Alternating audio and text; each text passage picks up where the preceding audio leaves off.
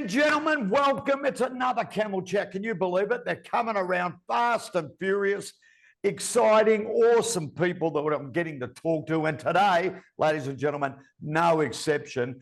This guy, Jono Long, is from Faithworks Marketing in the US of A. Brilliant guy, been good buddies for a long time. And there's a reason why I wanted to talk to Jono Long today. One, he's got a particular niche market with Faithworks, and that is he looks after churches where he introduces them to great websites and marketing things and local SEO and gets them into all that stuff that can help them build their congregation, but also manage their church better within the congregation with social media and everything else. But he's been doing that for a while, but what did he do before that? Well, lo and behold, why is churches his niche? Because he was a youth pastor and he was a church pastor. This guy knows what he's talking about when it comes to churches. Incredible faith, a great man of God. So, ladies and gentlemen, also remember, he's probably got one of the best beards you'll ever see, right? World champion beard, right? Jono Long, come on down, buddy. Man, that was quite the introduction. I appreciate it, man. I'm feeling I can take on the world now with that. It's all there. That's what it's all about. I appreciate it. I appreciate it. And thank you for the beard compliments. Oh, man, I love your beard. Well, I've got your haircut, it all migrated south. And so this is only hair I have. My wife says I have more hair product for my beard than she has hair product for her hair. And she may be right. I don't care. But, there's such a fine line between a good looking beard and just total chaos. And so, I try to keep it maintained. I've never seen it in chaos state ever. Yeah, well, it doesn't happen often. I will say that. I'm pretty obsessive over it. I'm glad. And, mate, we're going to get it rolling. And my first question is basically the elevator pitch of you, where you're brought up, bit of family history, a little bit about you personally, like where you went to school, all that sort of stuff. Just a 5-minute Jono Long pitch. What would you tell people? Yeah. So that short story, I was born about 30 minutes east of Atlanta, Georgia. And I grew up with, for most of my childhood, with a single mom, and spent a lot of because my mom worked and had a pretty heavy duty job.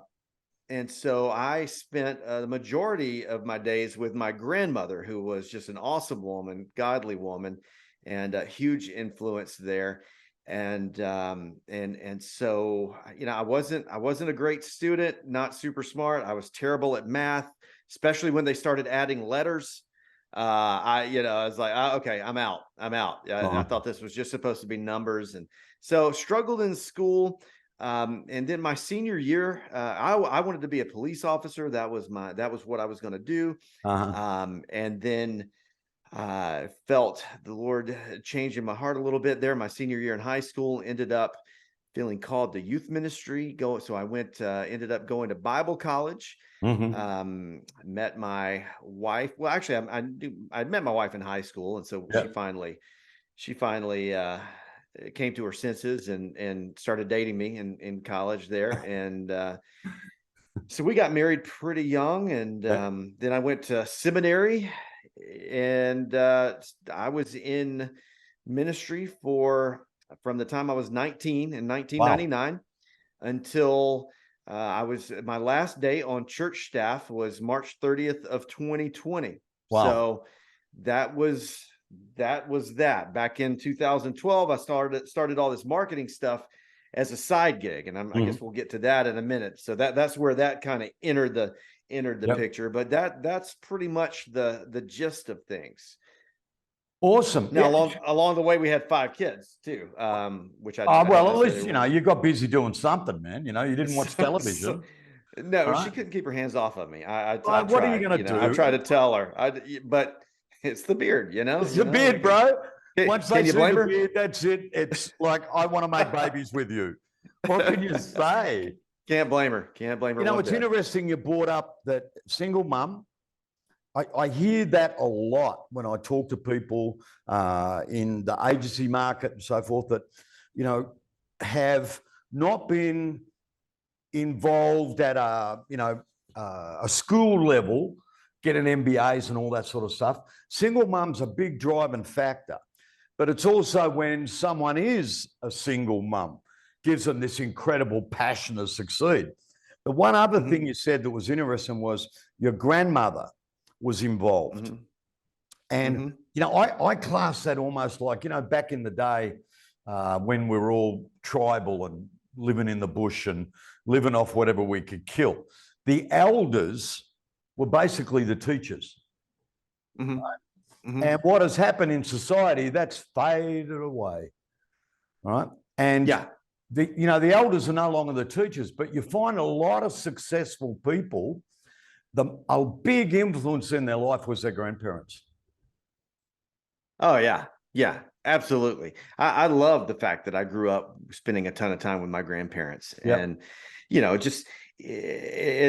I've always said if I were to ever go back and serve on a church staff, it would be with senior adults, because I click with senior adults. I love them, because I grew up watching the same TV shows they did because I had to watch it with my grandparents, And so, but yeah, and to dismiss their wisdom because they're older and maybe not as progressed as we are, and they're whatever they may say some offensive things because they're not as politically correct as us. And so a lot of people, I think, have thrown the baby out with the bathwater. But man, that they certainly can learn something from a younger generation, and younger generation certainly needs to be learning from senior adults. It's funny, my dad, I didn't have a great relationship with my dad. I was very close to my mother, but my dad was always busy, and I always made the statement that I respected I loved my dad, but I didn't respect him, right? And he was a brilliant man, self-taught and all this sort of stuff. And it was funny, when he died, I realized that all the great things I loved about myself and what made me successful, I learned from him. And I ended up writing a big, long blog. Even the way I treat people, a lot of my charitable ways, my spirituality, all came from my dad. That he was, brought up in that time when, you're right, there was no political correctness, there was no wokeness. We were different. And I found my entire business life, the way I do presentations, everything else, it was my dad. And he was a major influence. It's a shame it's gone, Yeah. So, yeah, no doubt. When you've done all this, you've done the Bible college and seminary, and you've preached and all that, what happened that all of a sudden you said, business is for me? You haven't dropped off the spiritual side, but what made change? Yeah, so it started back in 2012. We already had 4 biological kids. We adopted a 5th from Ukraine, and youth pastors don't make a lot of money. Nope. My wife was homeschooling the kids, so she wasn't working outside the home. So you got 5 kids, a minister's salary, and so I needed some extra money. And you've got 2 Bible degrees. There's not a whole lot else. You're either working at a church, or there's not a whole lot else you could do. Working in the church, right? You're working in the church. You're working in the church, or you're saying, "Would you like fries with that?" Yeah, that's what you could do with that degree. So, I was thinking, I've got to make some extra cash. What do I know? And I was working with teenagers. And this is 10 years ago. And so social media was a big deal, but it was still, for small businesses, it was not as huge of a deal. They were just kind of small business owners that I knew. They had social media for their business, but had no clue what to do with it. And I was like, well, I know social media from working with teenagers. And one day, the kids, we were always looking for coupons. My wife wanted to take the kids to do fun stuff. and there was a bouncy place about 45 minutes away from us that was always putting out coupons. Terrific Tuesday, you know, bring one kid, get one kid free. Well, there was the same kind of business about 10 minutes from our house, but they never used their social media. They never were posting those coupons. So my wife would drive 45 minutes to get this significant coupon. And so it hit me, all these businesses have social media pages, and they're not doing anything with it. And so I made a logo, got it embroidered on a shirt, got some business cards made, and made a list of about 20 companies in my area that had Facebook pages and hadn't posted in the past 6 months. And I went to all of them and said, hey, I'll post 3 times a week for $300 a month. Our prices have gone up since then. But 3 of them said yes. Wow. And yeah, 3 of them said yes. So all of a sudden I had like, $900 a month in extra income. And so then business owners start talking. And so pretty soon they're finding me. So it grows, and we can get into more of the details of how it grew in a minute. But, fast forward to 2018, I'm making more money doing this than I am at the church. And I've got enough clients where I'm at the church working on church stuff, and I'm getting calls about websites, right? I'm feeling a little guilty there. And I'm getting older. I'm approaching 40, and I'm feeling a little, I wouldn't say burnout, but I'm getting tired and maybe approaching that. And I had never done ministry or really been a part of a church, engaged part of a church without a paycheck. And so kind of stirring in my heart, like, I wonder I would like to just be a normal church person, a normal Christian that's not getting paid to do all this stuff. So that was appealing. And so anyway, I went to the church, said, hey, let's start phasing me out. And so, in January 2020, I said, hey, let's make March 30th my last day. And so Wednesday night, March 11th, I stand before the church and say, hey guys, I'm going to be stepping down.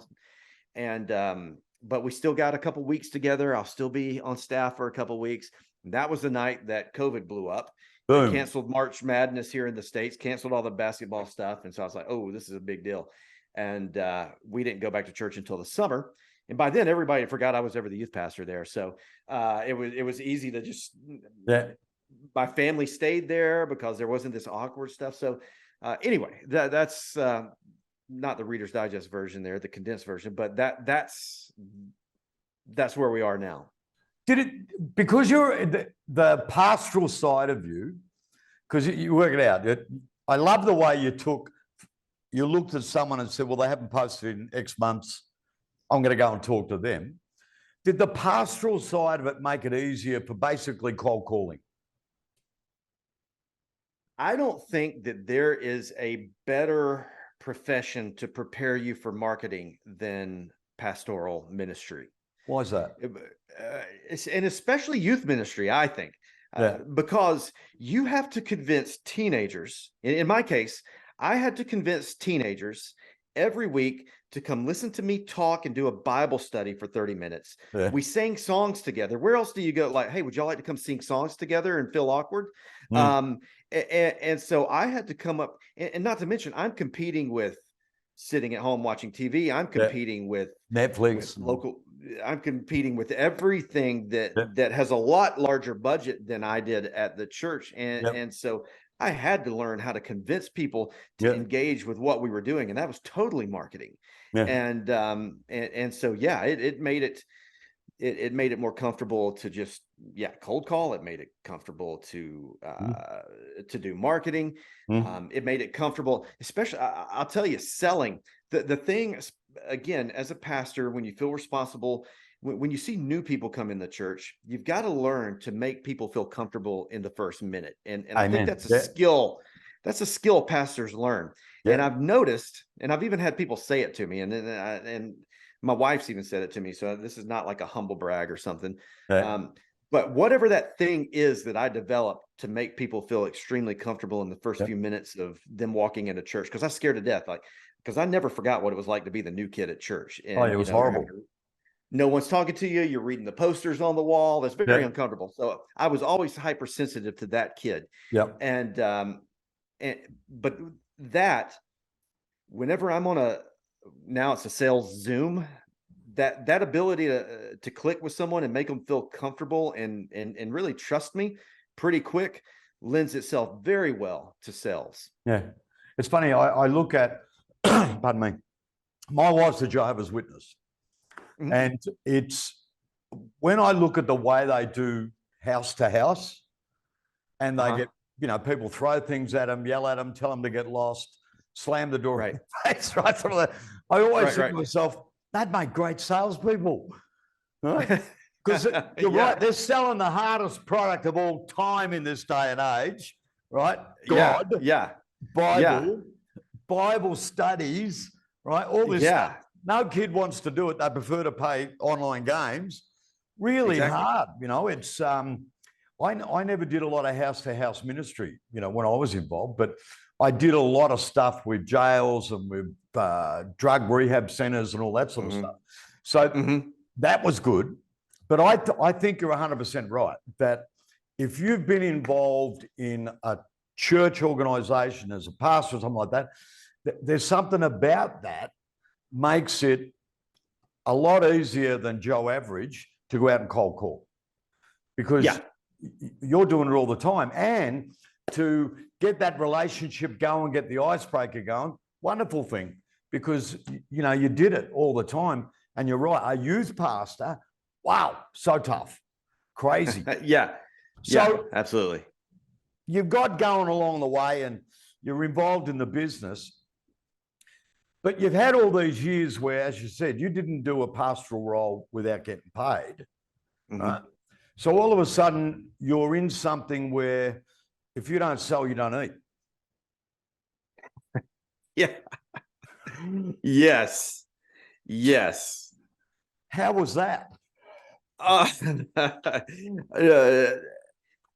was scared to death, man. I was scared to death. Look, I said for years that I never wanted to be a senior pastor because I could not imagine carrying the responsibility of making sure that the church staff was paid and that the bills were paid. And I just didn't want that. I've always said I would be a great vice president. George H.W. Bush, one of my favorite politicians, because he was such a good vice president to Ronald Reagan. Anyway, I could talk. I'm a presidential history nerd. Those are all presidential biographies on that bookshelf right there, and those are bobbleheads. So anyway, maybe we should have a presidential history. Hey, my favorite movie is Lincoln. Oh man, that's a great movie. That's a great movie. I love that guy. Anyway, I'll shut up. We'll get on to that. Great leadership lessons in all of that. But anyway, going back to your question, as far as I never wanted to be the man in charge, and I literally said there's no way I could start my own business and be responsible for other people's paychecks and all that stuff, and just for my own, the thought of feeding my family, and then I finally decide, okay, I think we can do it. I think we'll be okay. 2019, I had church income and this income, and I was like, okay, we can lose the church income and be okay. And then January 2020, I say, all right, it's time to pull the trigger, start really stepping out.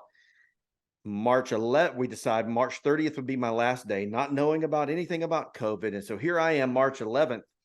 Hey, I'm stepping down and going on my own and think it's going to be okay. And the next 2 weeks, the world just falls apart. And by the end of the month, on my last day, I remember telling my pastor, like, hey, if you need me to stick around a few more months, I don't mind, because I'm leaving this guaranteed paycheck that had I stayed, church couldn't even meet anyway. So I was going to be getting paid for doing almost nothing.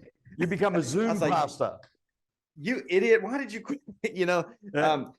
But I tell you what, man, I was scared for a minute, but and I hesitate to say it like this because COVID hurt, not just physically, but from a business standpoint. A lot of businesses didn't make it. A lot of people lost their jobs. It was awful. In marketing, as scared as I was, COVID did cause people to need our services more than ever before. And that wasn't lost on me. And so we gave a lot away. I've never thought the Lord's given I don't believe God's grown my business so that my life would just be more comfortable. And so I don't say it to say, hey, look, it was great for us during COVID, but we were able to help people. But our business, I'm not going to lie, our business did grow during COVID. And so I'm a very insecure person, and never thought I would be the man at the top of a business, and then super scared, but it turned out all right. I mean, you think about it, it's a really good question, because I get asked that every day. Well, were you nervous going out on your own? And now you think about it. One thing that you and I got is we got lots of faith, right? But for the average guy that's getting, my son, for instance, he's got an MBA and he's got a sensational job. He has got the heart of an entrepreneur like you wouldn't believe. But what hasn't he got? He hasn't got that faith to get over that fear of jumping out in the big wide world and all of a sudden there's no paycheck. It's a difficult thing that there's a lot of people that are going to watch this and say, I want to be a self-employed agent, but I still got a mortgage. I still got this. I can't do what Jono did, right? And they're looking for that inspiration, because to me, one of my greatest drivers is I got to eat. Yeah, and I like to eat. I've got to eat, and the only way for me to eat is every month we've got to make X amount of money, and that pays everyone else that's got to eat. And I'm like a man possessed with that, so I use it as a motivation to get out there. But the thing they also look at is one thing you've covered already. A lot of them are just so frightened to knock on a door and say, hey, I've noticed your website sucks, right? Can we have a talk about that? I noticed you haven't had any social media posts since Christmas to 19 whatever.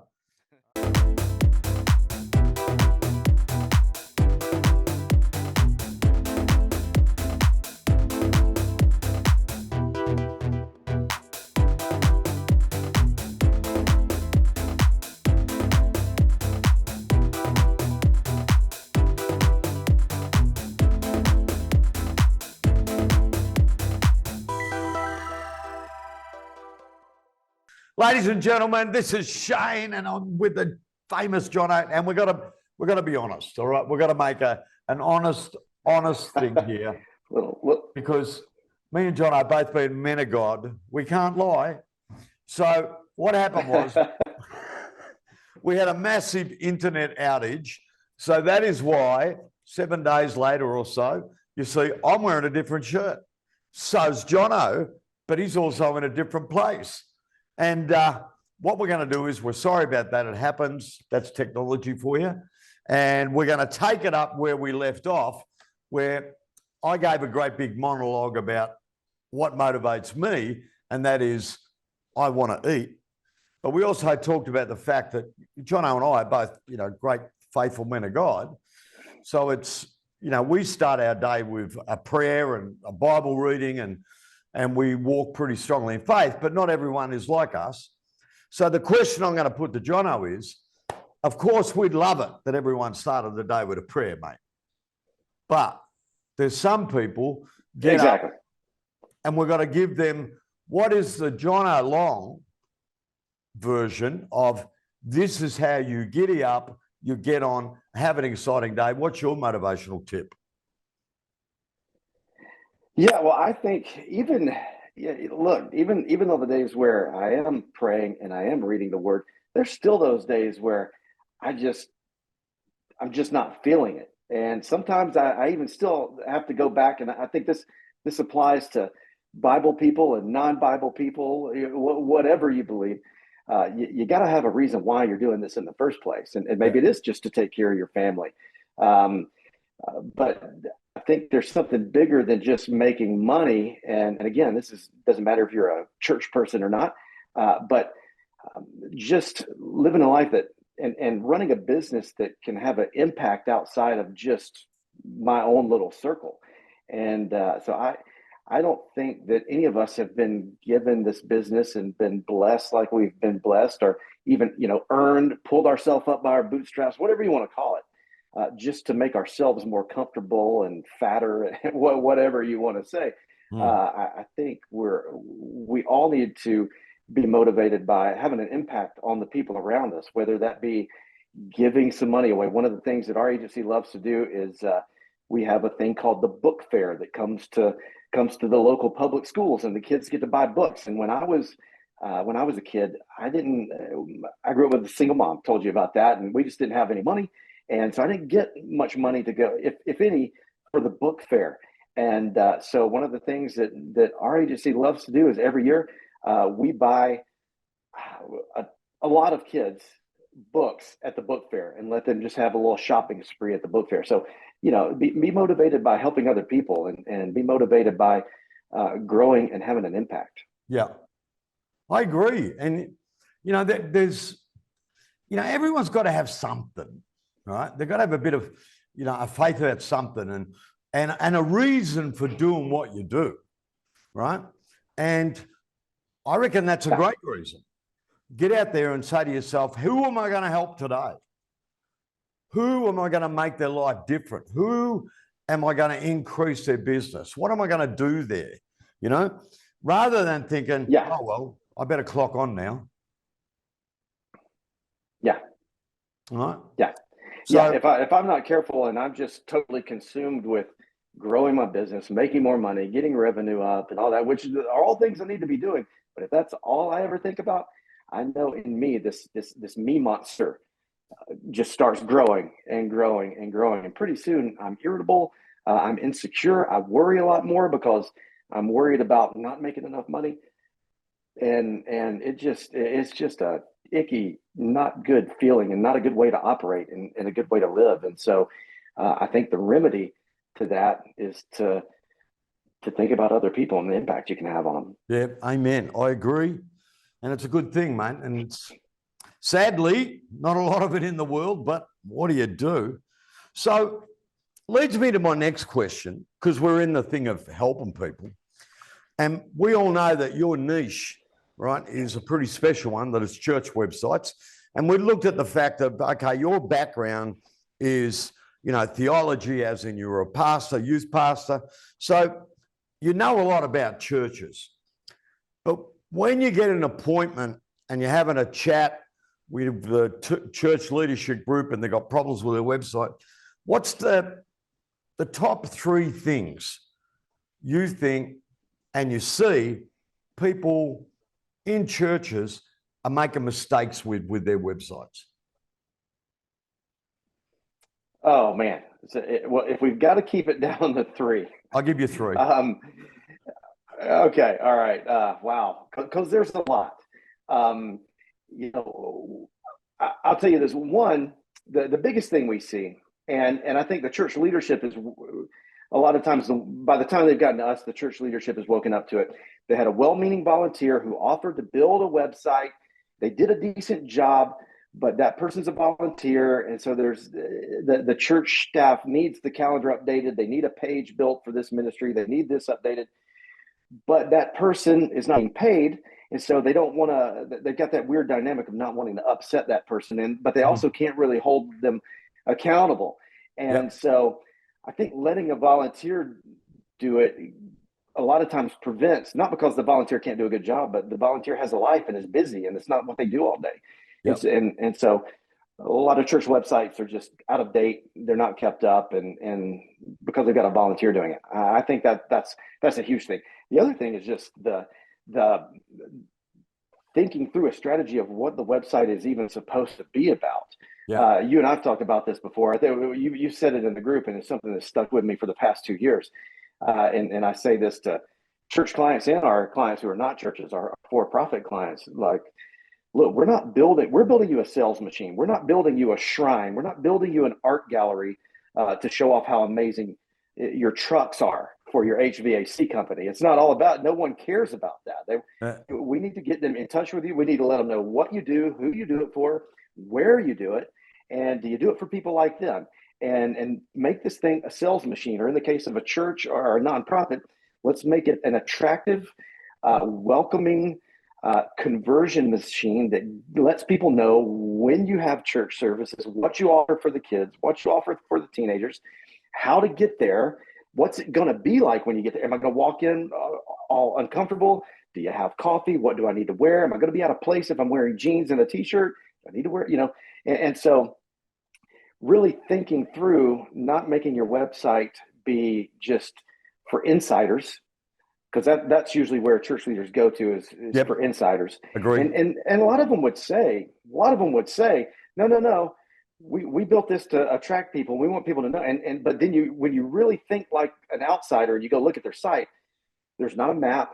They've got the address on there, but there's no map. There's no easy way to sign your kids up to participate in the kids ministry.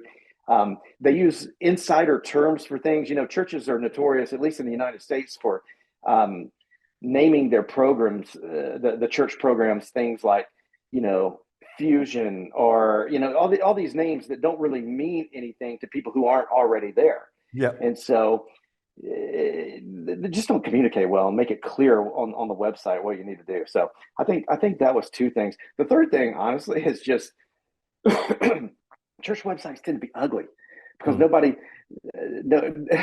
they just haven't put a lot of time and work into them or whatever. Or and look, church budgets are tight, and because I managed one for like 21 years, so I know there's not a lot of money to spend. But church websites have never been a priority in the budget for a lot of churches, Yep. and so you do have to go with a volunteer or some kind of do-it-yourself deal. And not really pay someone for their expertise to come in and make a website that you'd be proud of. Yep. And so I think a lot of websites just kind of send a message like, hey, we don't really care about excellence. You brought up two good points. One, the fact, I love that it's not a shrine, right? I love that. Yeah. It's not a shrine. I love it. Because whether it be a church or a business, one of the biggest problems is that they tend to make it a shrine. They tend to make it something where they got no idea that the customer is there for a reason. And it's not to sit back and look at all your, beautiful building and your wonderful, happy staff at their computer. What they want is, why should I come to your church? Why should I come to your business? All right. And you were also right that, okay, you want to save money, so you get a volunteer from the church group, or if you're a business, you get someone's friend or family. It's the worst thing to do because they're going to make it an even bigger and better shrine. And they're going to talk about things that are not really important to the end customer, which in a church's case, it's a life that's going to be saved. In a business case, it's booking or buying. So you nailed it on those points. Most of them make the biggest mistake of going cheap, right? And getting a friend of the family or a member of the congregation. Oh, I built a website. Bad idea. Second one, they do turn it into a shrine and they forget you design websites for your customers, not for yourselves. Right? They all make this big, stupid mistake. But the hardest part is when you and I go in there, the first thing they say is, well, my budget is very small and blah, blah, blah, blah, blah. Well, you can work around that and they can get the professional website they need. Rather than our budget's small, we'll go to the volunteer or we'll go to that. They're better off working with someone and getting it right. Very sad. I love the shrine. John, I'm going to remember that forever. I'm going to use that. I'm going to steal it. Right? It's not. I kind of stole the art gallery thing from you and just added my own little flair. So really, it's kind of. We're going to upgrade it now. It's going from art gallery to shrine, right? Because I love the shrine. That works. So a little bit further that. Again, because you got really good insights, mate, on helping people. So one of the things I really love is if we as business people, if you were sitting in front of a bunch of college students, all right, and you've been invited for the day, to give them a bit of an outline. You know, you're doing that, what do they call that speech when they graduate? The graduation speech, right? And the commencement speech. Yeah, commencement speech. And you're going to give them that speech about, okay, you've got the document, you're ready to go out in life. What would be the 3 things that you would give to the youth when it comes to doing business, being out in the world? What's your 3 advice there? Oh man, I don't think you gave me this question ahead of time, but it's going to sound like you did.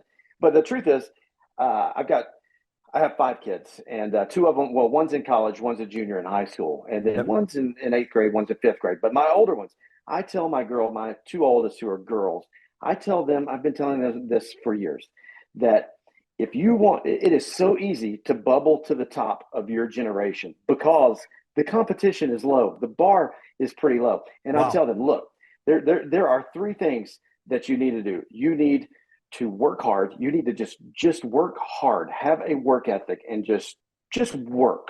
The second thing is you really need to be pleasant because a lot of your peers just aren't pleasant and they don't smile. No. They don't look adults in the eyes when they're talking to them. They don't say yes, ma'am, and no, ma'am, yes, sir, no, sir. There's just a lack of respect. They say yeah to adults. I said, so if you'll be respectful and just nice and smile, and then third, do what you say you're going to do, like show up on time or just show up at all. So if you'll have a work ethic and be a nice person and show up and do what you say you're going to do, just keep your word, you are going to stand out above 90% of your peers just like that. And I tell you what, they both have jobs. They both have jobs, and they both are the ones that the owner of the business wants there working all the time because, you know, not because I'm an awesome parent, just because we have drilled it in our girls' heads, those 3 things. And my wife owns a cleaning business, and we've made our girls have been cleaning commercial complexes, churches, and office buildings, and mechanic shops. We've been making them clean in the evenings and on weekends since they were in 6th or 7th grade. So someone asked me, like, man, how do your kids have such a good work ethic? Like, because we make them work. Yes. It's pretty easy. You want to teach a work ethic, make them work. That's the only way you do it. So we talked about that at the start, you know, that one of the things that's really missing in life is the old elders thing, right? But it's also the old parent thing, right? Where I don't know about, you know, like me, my parents would give me chores, right? And I had things that I had to do, and I didn't like doing them. But the reason I'm good at what I do now is because I had that sort of thing when I was younger, where I had to wash the dishes after mum cooked. I had to mow the lawns, right? I didn't have to wash my dad's car, thank God. But I had to put out the trash. And, you know, there was a lot of things. And we were poor, so I didn't get paid. I got like 50 cents or something to do that stuff every week. But it gave me that sense of responsibility. The other thing, picking up on what you said, do you still agree that even in this day and age of technology, people still love to do business with people they like? Oh, yeah. Yeah, absolutely. Absolutely. I think we're even struggling with that now. And I don't mean this as like like my agency is struggling with this a little bit because I'm the face of it. And for a long time, people have hired, even though our agency is social sphere media, now it's Faithworks Marketing. For the past, I mean, as long as we've been in existence, people pretty much hired Jono. Yep. Not because I'm just amazing, but because I've built relationships and I'm nice to them, and I like to eat, and I have 5 kids, and so I want them to hire me, and I want to keep them as clients. Yeah. And so it's tough because we're transitioning where I'm having to let some of that go. I'm having to let my other team members build those relationships how they would build them, and I'm just kind of coaching the team, and I have an awesome team and they're doing a great job, but I tell the team, like, look, you know, people, there's a lot of good website agencies out there, there's a lot of good SEO agencies out there, there's plenty of good people who can run Google ads and Facebook ads. We're not a whole lot different from them. What makes us stand out is we respond to emails. Yep. And it doesn't take us 4 days to respond to an email. We answer the phone. We get things done. If we say we're going to get this website update done for you within 24 hours, it's going to be done before 24 hours. And people just want to be heard. They want to be respected, and they want you to care. They want the relationship. I think I tell our team all the time, our clients will put up with a lot. Our clients will put up with an issue with their website, or they'll put up with a bad month of SEO, with some bad results in their Google ad campaigns, as long as they think we care, as long as they know we care. Yep. And the main reason people leave our agencies, and this is, we don't lose a ton of people. In fact, I say we fire more clients than we lose. But the main reason I think anyone ever loses a client is because of perceived indifference, and the clients don't feel like you care. And I think they'll be gracious if they think you care, and you've got a plan to fix whatever it is that needs fixing. I got taught two things. One, if the relationship is right, everything else will fall in place. And two, people don't care what you know until they know how much you care, which is exactly what you're saying. And what I believe, I truly believe, that COVID was a kicker, and all of a sudden people are really getting into, well, how much do you really care? Show me. I also think that in the world that you see with a lot of elections that are going on now, right, that even voters are changing, where they're turning around and saying, well, I'm sick of you promising this and promising that and not delivering. I'm sick of people bickering and carrying on. Even in the weekend in Malaysia, the number one 62-year-old majority got kicked out because people were just sick of it. And I think in business, there's this same shift where what we call the good old days are actually coming back, where people go, well, I don't care if you're cheap. I don't really care. What I want is, do you care about me? And will you keep your promises? That's all coming back. And I know in the Camel, it's one of our biggest strengths that we do business in that way. We focus on the relationship. And I'm not going to tell you what I know until you know how much I care about you.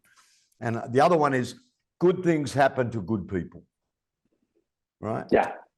So, I believe, we're all about, I believe if I build my team, if I take care of my team will take care of our clients. Amen. And our clients will take care of the business. Yep. And so my focus, where I'm having, and what's kind of a struggle for me right now, is getting my hands out of the day-to-day, responding to texts from clients who've had my cell phone number from back when I was a one-man show, getting them and training them to go to my team members, to our client success specialists, our account managers. And, it's hard, Jono. And it's tough for me. And it is very hard. And I'm right in the middle of it. But the only way that we're going to grow, if we stay like we are, where I'm the man, then, we're not, it's the law of the lid, like John Maxwell said. So I've got to get out of the way so this thing can grow. And that's a hard thing to do, but that's where we are right now. But I've got to teach them and push them and coach them to take care of the clients, so the clients will take care of the business.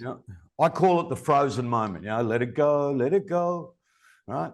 And mate, it's the hardest thing to do. And I know my messenger is my biggest enemy in a lot of ways. That messenger, I have as many people pretty well close as what is on Duda's Facebook page. I have the same amount on my messenger. So you can do the math in your head. My messenger gets really busy. The hardest thing for me to do is let it go, and start handing off those relationships, because they're my friends and I want to keep them, but I'm not going to grow, and I can't give them the same service if I continue to do that. But I know we as individuals, mate, it's a tough thing to do. I know, but Yeah. it is hard. But it's part of growth. You have to give it up. Yeah. It ain't easy. You know?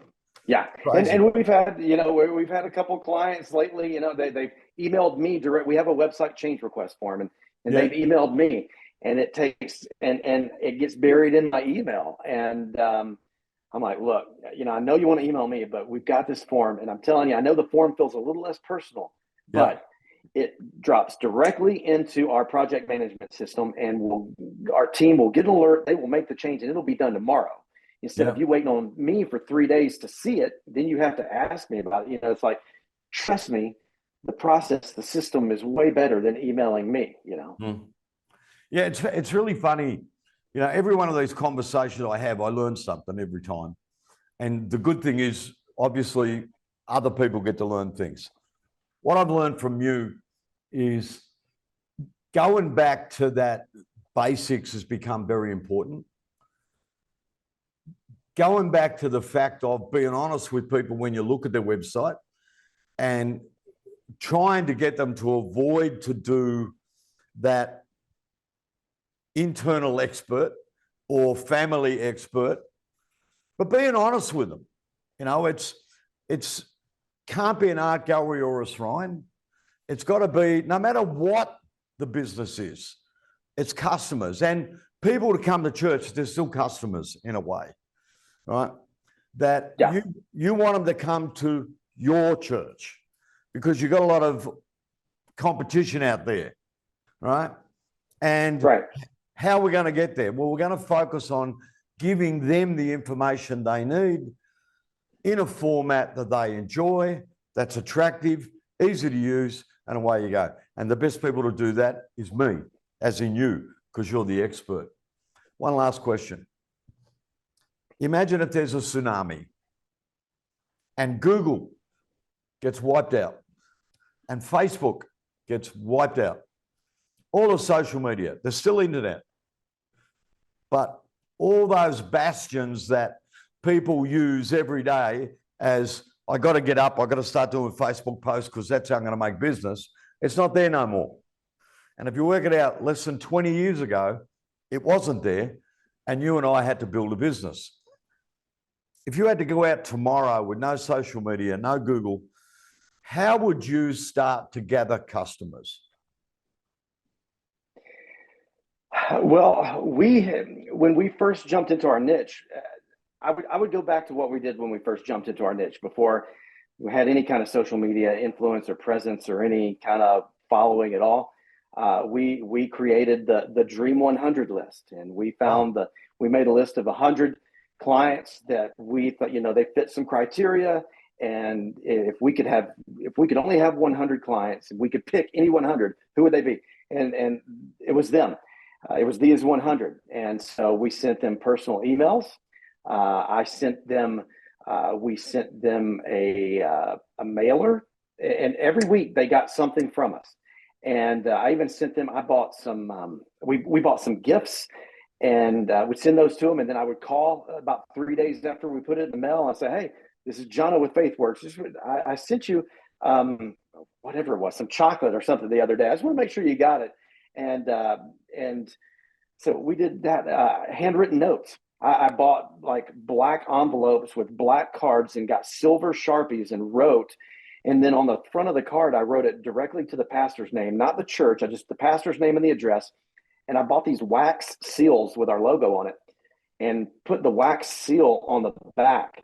You're not throwing that thing away. It's not blending into the mail, right? So they get this mail that's handwritten it's silver on black, so it looks kind of cool. It's just to the pastor's name. It's not in care of any church or anything like that.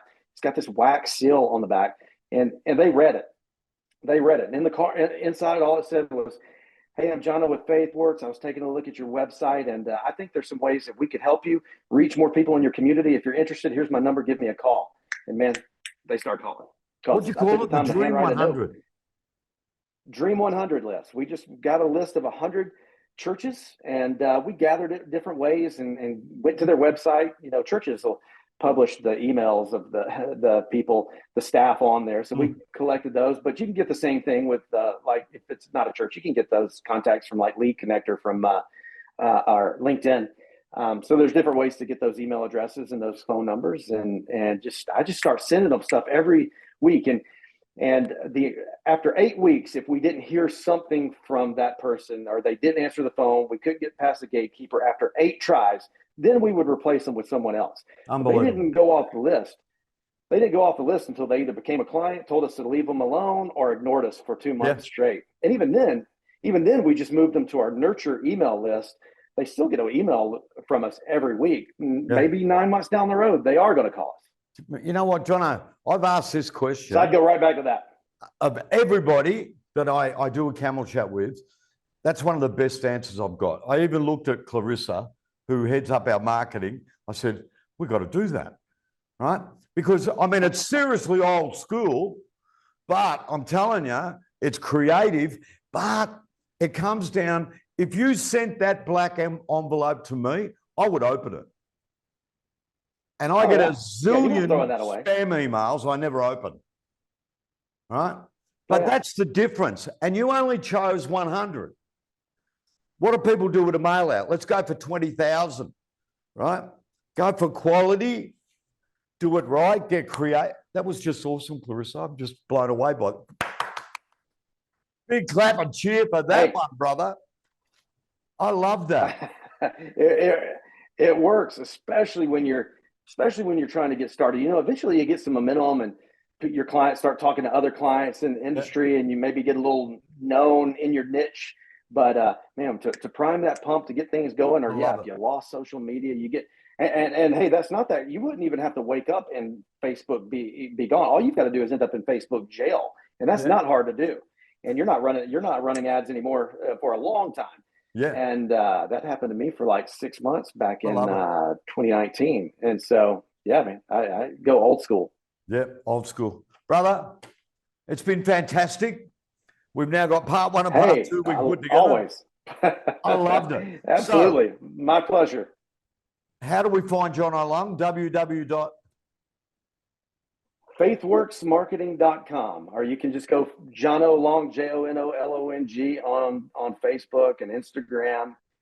I love to talk shop. Anybody needs any help with anything, I'd love to chat.